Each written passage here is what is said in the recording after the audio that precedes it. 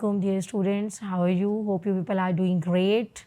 So today we are coming with the second half of the chapter number 1, which was Introduction to Entrepreneurship.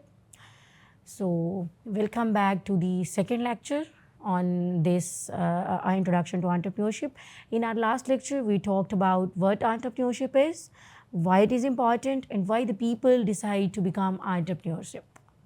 So today we will continue and discuss the qualities of successful entrepreneurs, the myths regarding entrepreneurship, the types of startup firms, and the entrepreneurial process.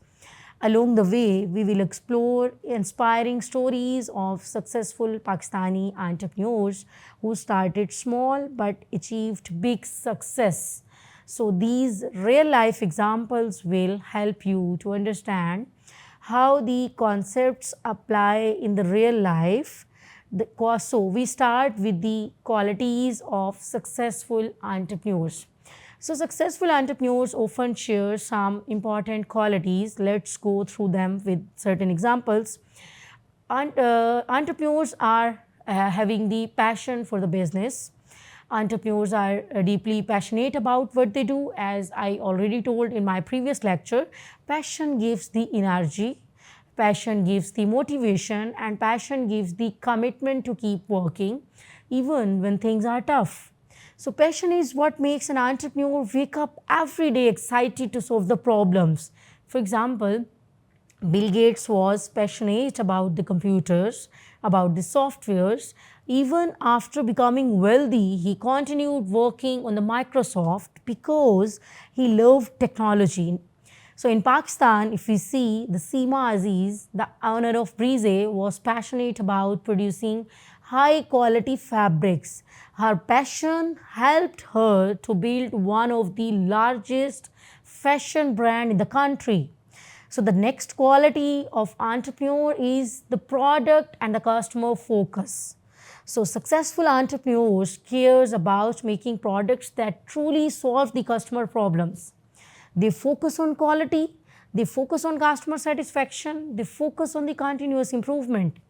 So instead of thinking about profit only, they think first, does my product make life easier to better for the customer?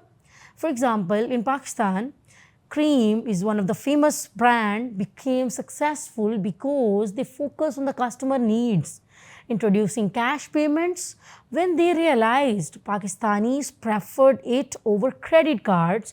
Similarly, Rosie.pk focused on helping job seekers and employers connect easily. The third quality is tenacity despite failure. Entrepreneurship is not easy. Many times, entrepreneurs face rejections, financial losses, even they failed attempts. Tenacity means never giving up and learning from the failure. A strong entrepreneur sees failure as a lesson, not the end. For example, Colonel Sanders, the owner of KFC, was rejected by over 1,000 restaurants before someone finally agreed to use his recipe. In Pakistan, if we see, Baikia faced many challenges with regulations, competitions, but they adapted many moves and they kept moving forward until they became a major name in the transport and the delivery. And the fourth major quality of successful entrepreneur is execution intelligence. Having execution intelligence is meaning that having an idea is not enough. Entrepreneurs must know how to execute it properly. So execution intelligence is the ability to plan, ability to organize the resources, ability to build a team and launch the business successfully. Many people have good ideas, but only those who can turn them into reality, they can succeed. For example, the founders of Airlift showed execution intelligence by quickly shifting from bus transport to grocery delivery when they saw the market opportunity. So their quick decision making and execution made them one of the Pakistan's fastest growing startup. So the next topic we are moving towards is myths about entrepreneurship. There are many wrong beliefs about entrepreneurship. Let's clear these myths one by one with explanation and with certain examples. The myth one is entrepreneurs are born, not made. Many people believe entrepreneurs have natural talent from birth. The truth is that entrepreneurship can be learned through education, through training, through experience. People acquire these skills over time and the practice makes them successful. For example, Munis Rahman, the founder of Rosie.pk, was not born with entrepreneurial skills. He studied, he gained international work experience, and then applied his learning to build Pakistan's largest online job portal. His journey shows that entrepreneurs are made, not born. The myth too regarding entrepreneurship is that entrepreneurs are gamblers. People often think entrepreneurs take blind risks like gamblers. The truth is that good entrepreneurs take the calculated risk. They carefully study the market, the customer, the cost before making the decisions. For example, the founders of Cream did not just launch their ride-hailing service randomly. They researched transport issues in Pakistan. They studied the growing use of smartphones. Then they decided to launch the service. So their success was the result of planning, not gambling. The third myth regarding entrepreneurship is entrepreneurs only want money. Another common belief is that entrepreneurs are only motivated by the profit. But in reality, many entrepreneurs are driven by the passion, by the service, and they desire to solve the problems. Money is important, but it is not the only goal. For example, Abdul Sattar Eidi is one of the famous example in front of everyone. They started the Eidi Foundation not for profit, but to serve the humanity. He began with a single ambulance and they expanded into Pakistan's largest welfare network. His life shows that true entrepreneurship can be about impact, not income. The fourth myth regarding entrepreneurship is entrepreneurs must be young. Many people think only young people can succeed in entrepreneurship. But the truth is that age doesn't matter. Both young and old people have achieved success. Experience can even make older entrepreneurs wiser in decision making. International. If we see international example, the Colonel Sanders started KFC in his 60s. For example, Sultan Alana, the chairman of HBL, proved that with years of professional experience, one can still shift towards entrepreneurial leadership and create the value. Age did not stop him from taking bold initiatives. The fifth myth regarding entrepreneurship is that entrepreneurs love the spotlight. Many people believe that all entrepreneurs like to be famous and they always want media attention. So this is not true. Reality is that some entrepreneurs are showy and likely to appear in the news, but most entrepreneurs do not want attention. They stay busy building their businesses quietly. Sometimes they even avoid the spotlight because their product is still in progress. They do not want others to copy it. They want to save time. They want to focus on the work instead of interviews. Too much attention can bring biggest problems or the competition. For example, Seema Aziz, the owner of Breeze, as I already told, she built one of the Pakistan's biggest clothing brand.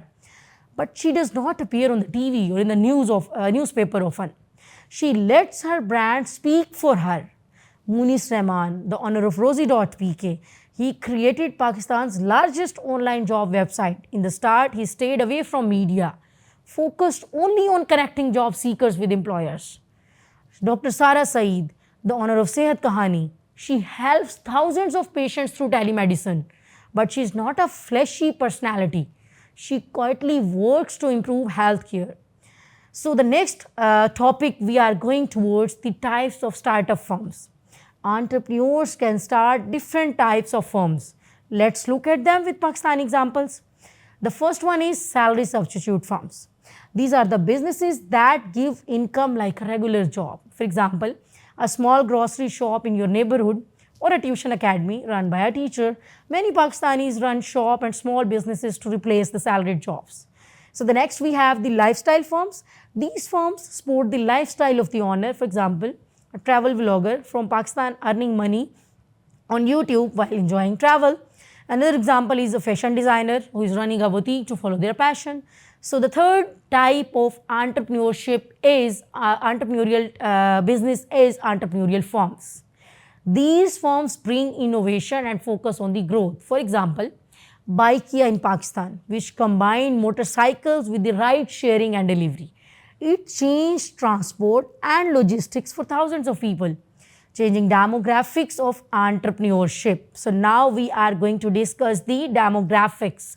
Demographics means the different group of people like age, gender, race, background who are becoming entrepreneurs. In the past, most entrepreneurs were men, often middle-aged and from similar background.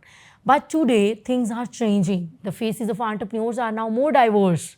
The first phase of entrepreneurship is women entrepreneur.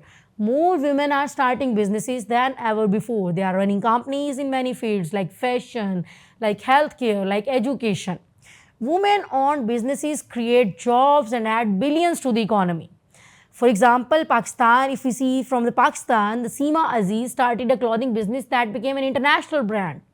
The Roshane Zafar Kashaf Foundation owner helps women with microfinance loan to small businesses.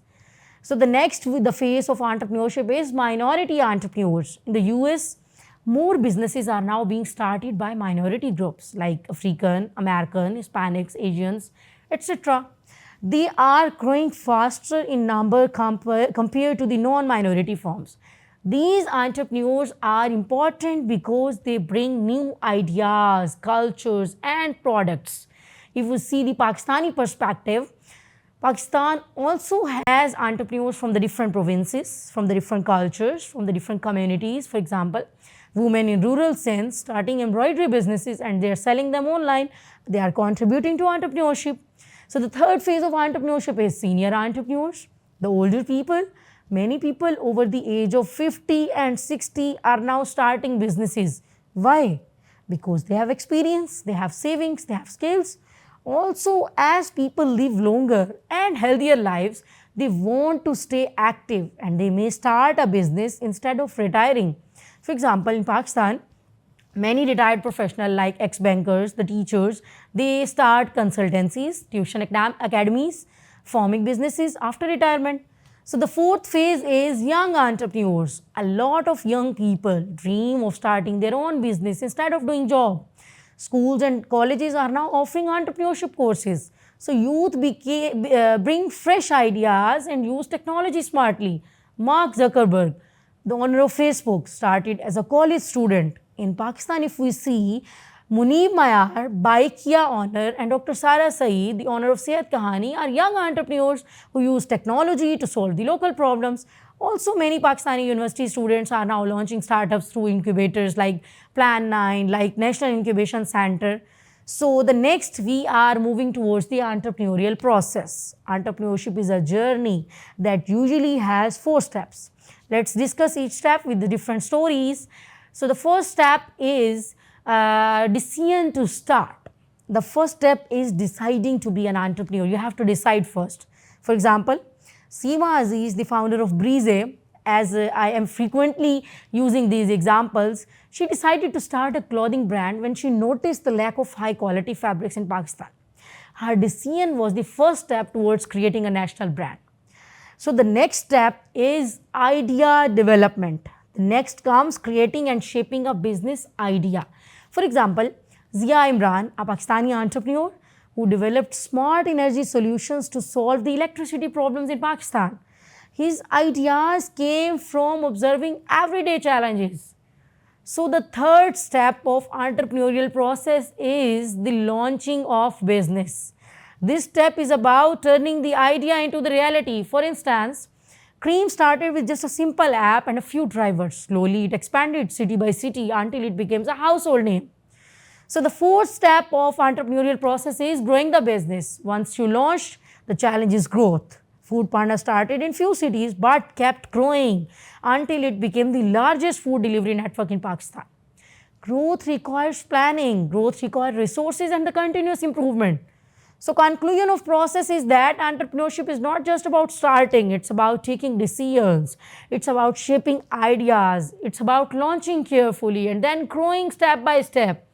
So it's all for today's lecture. If I summarize this lecture, so in today's lecture we studied the qualities of successful entrepreneurs. We studied that the qualities are passion, customer focus, persistence, and action. We broke myths and we saw that entrepreneurs are made through learning and experience, not born overnight. We explored three types of firms: salary substitute firms, lifestyle firms, and entrepreneurial firms with Pakistan examples. Finally, we discussed the entrepreneurial process with stories of local and international entrepreneurs like Seema Aziz, Cream Founders, and the Food Panda. So if I give you the key message of today's lecture is that so entrepreneurship is for everyone, for young, for old, for rich, for poor. With the right mindset, hard work, persistence, ordinary people in Pakistan and across the world have created extraordinary success. And if they can do it, so you can. Thank you.